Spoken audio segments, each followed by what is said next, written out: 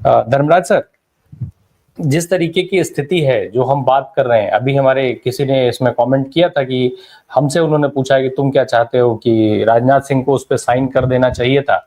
बिल्कुल नहीं करना चाहिए था। मुझे लगता है कि शायद अगर इसको प्रतिकार करने का और उच्च स्तर कोई हो सकता था तो फाड़ करके मुंह पे मार देते किसी के, तो भी कोई दिक्कत नहीं थी। वो और प्रतिकार, इससे कड़ा प्रतिकार कुछ हो सकता था तो कर सकते थे, उसमें कहीं कोई दिक्कत नहीं है। हम उनके साथ खड़े हैं, देश भी, मुझे लगता है देश खड़ा होगा ठीक वैसे जैसे ऑपरेशन सिंदूर में सरकार के साथ देश की जनता खड़ी थी। लेकिन किया क्या था सरकार ने? पीठ दिखा के सीज फायर कर लिया था, यही तो किया था। खैर, बात हम स्थिति की कर रहे हैं कि आखिर स्थिति ऐसी क्यों बनी है, जिसका अभी प्रदीप चौहान सर बहुत साफ सुथरा उन्होंने जवाब दिया, अखिल स्वामी सर उस पर जवाब दे चुके हैं कि आखिर ये स्थिति बन क्यों रही है। भारत लगातार वैश्विक मंच पर अपनी जो है वो जो आवाज उसकी सुनी जाती थी, उस आवाज को अनसुना क्यों किया जा रहा है, ये सवाल है। अपनी स्थितियां भारत स्पष्ट क्यों नहीं कर पाता है, ये सवाल है। धर्मराज सर, ये स्थिति बन क्यों रही है? क्यों हम लगातार वैश्विक स्तर पर अनसुने किए जा रहे हैं, साइडलाइन किए जा रहे हैं, या सीधे कहें साफ को अगर हम शब्द का इस्तेमाल करें तो लगातार अपमानित किए जा रहे हैं? क्यों ऐसे हालात बन रहे हैं?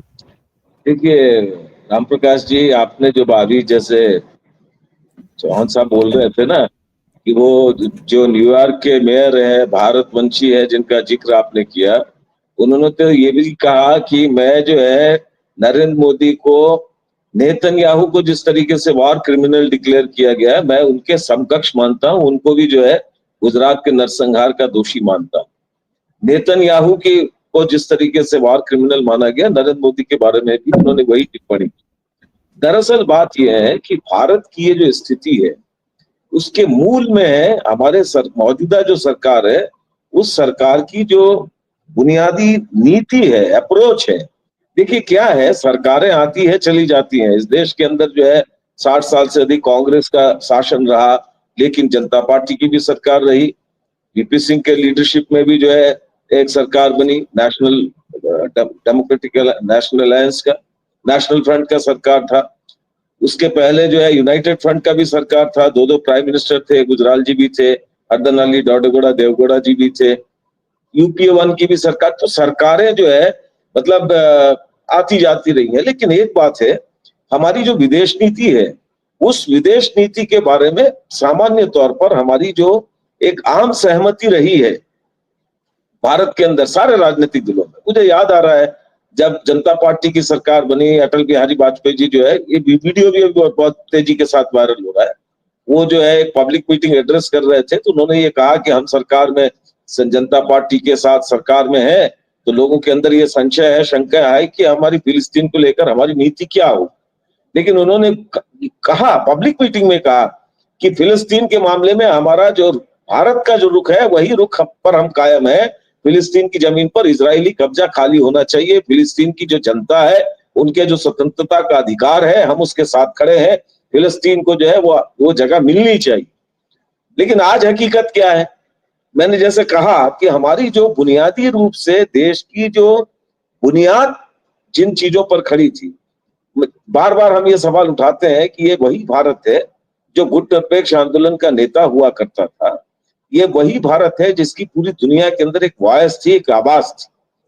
लेकिन आज हमारी घरेलू नीति का प्रतिफलन हमारी विदेश नीति में हो रहा है। घरेलू नीति हमारी क्या हो गई है? घरेलू नीति हमारी ये हो गई है कि पूरे देश में हर चीज का जो है प्राइवेटाइजेशन करो, मोनोपोली कैपिटल के हाथ में पूरे देश की संपत्ति का कंट्रोल दे दो, और चरम जो क्रोनी कैपिटलिज्म का भी मैं समझता हूँ चरम है, दरबारी पूंजीवाद का चरम, ये हमारी घरेलू नीति है। तो वैश्विक स्तर पर हमारी सारी नीतियां उसी से प्रभावित हो रही हैं कि कौन से देश के साथ कैसे हमारे रिश्ते होंगे।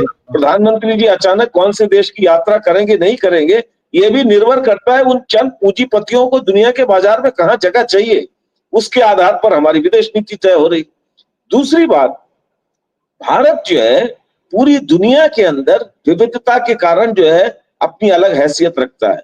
हम जो बार बार ये कहते रहे कि विविधता में एकता, ये यूनिटी इन डाइवर्सिटी, ये multi linguist, multi culture, multi religious, ये जो हमारी बेसिक बुनियाद रही और जिसके आधार पर हमारे कॉन्स्टिट्यूशन के अंदर हमने एक बात कही कि पाकिस्तान बनने के बाद भी हम भारत के अंदर हम एक सेकुलर स्टेट का निर्माण करें।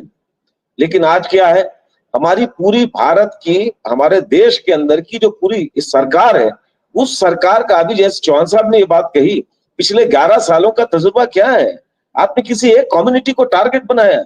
आप केवल टारगेट नहीं बनाया, हर किस्म से जो है हर चीज को आप नफरत की अपने राजनीति और हर चीज को जो है अपने केवल चुनावी एजेंडा पर केंद्रित करके एक पूरी कौम, उसकी जो क्रेडेंशियल है और उसमें जो है क्या क्या नहीं हुआ। अब अभी हम बात कर रहे हैं पहलगाम की जांच, पुलवामा की जांच होती तो हम दुनिया में कहां खड़े होते। अरे भाई, पहलगाम के होने के बाद इवन आपने जो ऑपरेशन सिंदूर किया, उसके बाद जो है व्योमिका सिंह और कर्नल सोफिया, उसको जो है आपने सामने किया प्रेस को ब्रीफ करने के। लेकिन आपकी पार्टी के मध्य प्रदेश के जो डिप्टी चीफ मिनिस्टर है, उनका क्या क्या स्टेटमेंट था? आपकी पार्टी के एक नेता का कर्नल सोफिया के बारे में क्या बयान था? जिन लोगों ने जो है मारा, उन्हीं की बेटी को जो है जवाब देने के लिए भेज दिया। क्या एक्शन हुआ उसके खिलाफ? हाई कोर्ट ने उसका संज्ञान लिया, लेकिन आज तक उसके ऊपर कोई कार्रवाई हुई? मध्य प्रदेश के उस डिप्टी चीफ मिनिस्टर के ऊपर कोई कार्रवाई हुई? तो आपकी घरेलू नीति है, आप हर नीति मतलब पूरी तौर पर हमारे देश के ये जो मल्टीलिंग्विस्टिक, मल्टीकल्चर, हमारी जो विविधता का बुनियाद था, उसको खत्म करके आपने पूरे देश में अपने केवल जो है नफरती एजेंडे के जरिए चुनाव में कुछ सफलता हासिल करने के लिए हर चीज का आपने हिंदू मुस्लिम करण कर दिया और पूरे देश को आपने जो है सांप्रदायिक जहर के रूप में तब्दील कर दिया। तो आप विदेश के अंदर जो है आपकी वो क्रेडेंशियल कहाँ रहने वाली है? तो मैं समझता हूं हमारे देश में ये जो दो प्रमुख बात है, एक क्रोनी कैपिटलिज्म का चरम कि आपकी घरेलू नीति, उसके आधार पर आपकी अंतर्राष्ट्रीय नीति और विदेश नीति तय हो रही है।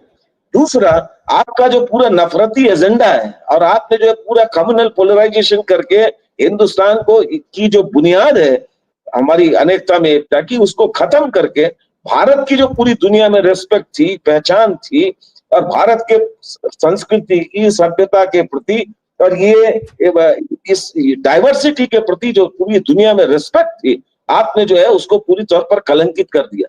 और यही कारण है, आप देखिए, आप यहां जो है आप गांधी को गाली दोगे, दूसरी जगह जाओगे और गांधी का नाम दोगे। यहाँ जो है आप जो है नॉन अलाइंड मूवमेंट को गाली दोगे, दूसरी जगह जो है अहिंसा का बात करोगे। यहाँ पूरे देश में हिंसा फैलाओगे और वहां जाकर गांधी के अहिंसा का संदेश दोगे। तो मैं समझता हूं भारत ने आज ये जो पूरी दुनिया के अंदर अपनी हैसियत खोई है, उसका सबसे बड़ा कारण है हमारी जो सर्वमान्य विदेश नीति। हमारे आजादी के आंदोलन के गर्व से हमारा पूरी दुनिया के अंदर शांति के रूप में भारत ने पहचान बनाई थी।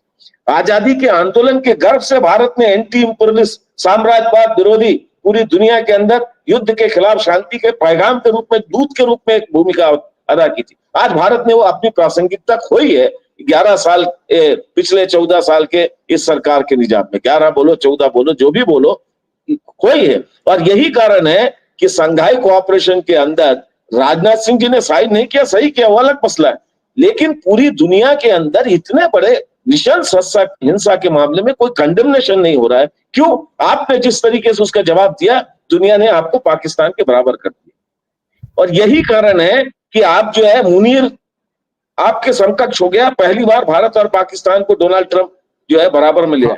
यही कारण है 2 दिन पहले प्रधानमंत्री आकर यहाँ भाषण दिया और बोले, 1 सेकंड बस राय साहब, कि 35 मिनट मैंने बात की और अभी जो है नाटो की बैठक के बाद ट्रंप ने फिर वही ऐलान किया, फिर पब्लिक प्रेस ब्रीफिंग में वही बोला कि भारत पाकिस्तान का युद्ध मैंने समाप्त किया। तो पूरी तौर पर इस सरकार की जो नीतियां हैं, उसने पूरी दुनिया के अंदर भारत की जो प्रतिष्ठा है उसको क्षति पहुंचाई और यही कारण है हमारी आज पूरी वैश्विक स्तर पर यह स्थिति है।